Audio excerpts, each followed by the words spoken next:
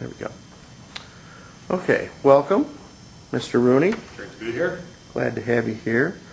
Okay, your first question is, what are your views on climate change, energy sources, and has the Gulf oil spill changed your opinion?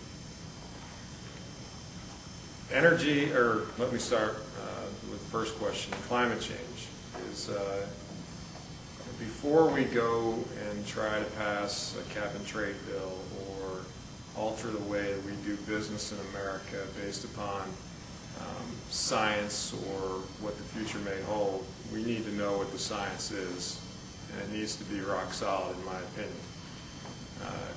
We know now that many of the scientists who we rely upon to give us unfettered, untainted data cook the books, literally. And a lot of what we were acting upon was junk science and really tainted science. And so we need to start over and get to the bottom of it and see what really is the truth out there.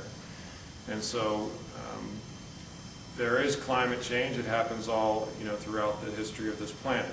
You get warmer, you get colder. Whether Americans or the world population can influence that is an open question. I know that the volcano in Iceland just spewed a lot of carbon dioxide and other gases into the atmosphere, and many scientists will tell you that a volcano can do much more,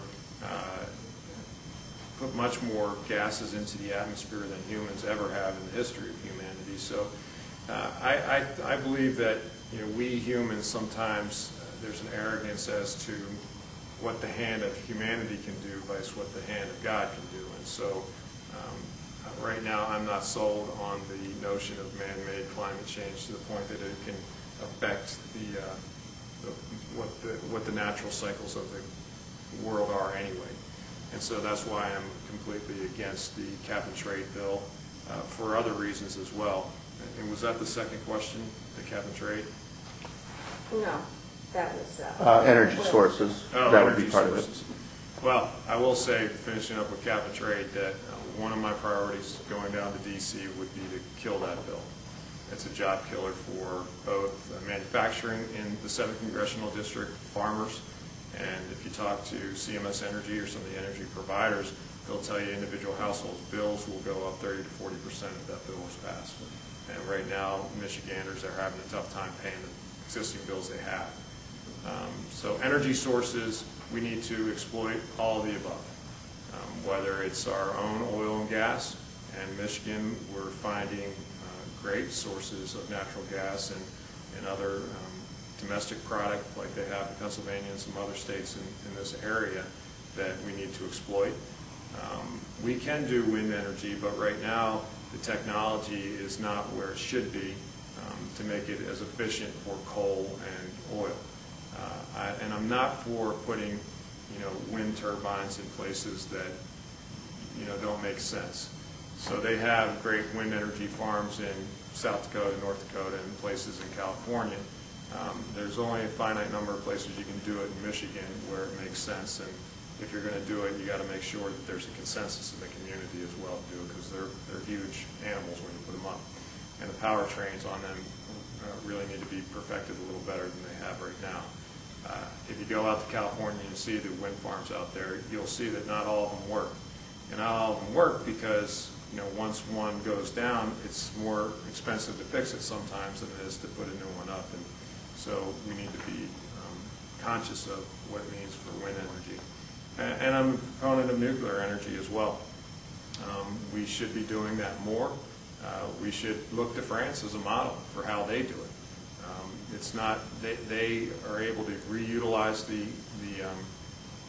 what they put off, and when they make the nuclear energy, they do it a little differently than we do in America. And we can learn a lot from the French, believe it or not, when it comes to nuclear energy because they've been doing it for so long.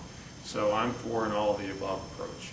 And as far as the Gulf oil spill, you wouldn't be a human being or American to say that it's given me a little bit of pause. However, I would say that the people that are supposed to be overlooking, doing it right, seems like weren't doing their job in the government, in the federal government, and some things were let slip through the cracks. And so we need to do a better job when we are doing these, deep horizon drills, because it is so difficult to do that we got to do it right the first time. But that doesn't mean that we can't learn from this experience and move forward. The people that also other countries in the Gulf have access to the same wells we do, and off of Cuba, the Chinese and others are exploiting those resources, and I don't want them drinking our milkshake, so to speak. And we need to be cognizant of that. To be honest with you, it has given me pause when it comes to drilling here in the Great Lakes. That's something that I'd have to think through a lot harder, and I have to get some good assurances before I would say, yeah, we should drill in the lakes, because it is, an enclosed environment. It's a freshwater source, and you don't have the open ocean like you do in the Gulf to make sure that if something goes wrong, we'll be all right here, because that's one of Michigan's greatest resources, if not the greatest resource we have. Okay. Okay.